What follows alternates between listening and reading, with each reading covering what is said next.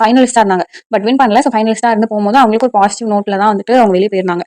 So இப்போ ரீசெண்டா வந்து எப்போ திரும்பவும் ஆக்டிவா இருந்தாங்கன்னா லாஸ்ட் மந்த் வந்து அவங்களுக்கு மேரேஜ் ஆயிருந்தது. ஸோ அந்த மேரேஜ் அந்த இன்விடேஷன் வைக்க போனது அந்த மாதிரி அதுலலாம் வந்துட்டு கொஞ்சம் வந்து ஃபேமஸ்ல இருந்தாங்க. நடுவுல கொஞ்சம் அவங்கள பத்தி பேசப்பட்டது இந்த பிட்வீன்ல.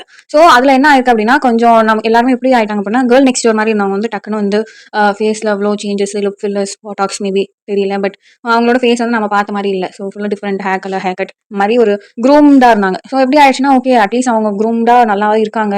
பை த எண்ட் அதானே முக்கியம். அந்த மாதிரி வந்து எல்லாருமே வந்து அவங்கள பத்தி நெகட்டிவாவும் பேசல, பாசிட்டிவாவும் பேசல. ஜஸ்ட் அவங்கள பத்தி நியூஸ் வரும்போது ஓகே அந்த மாதிரி இருந்தது.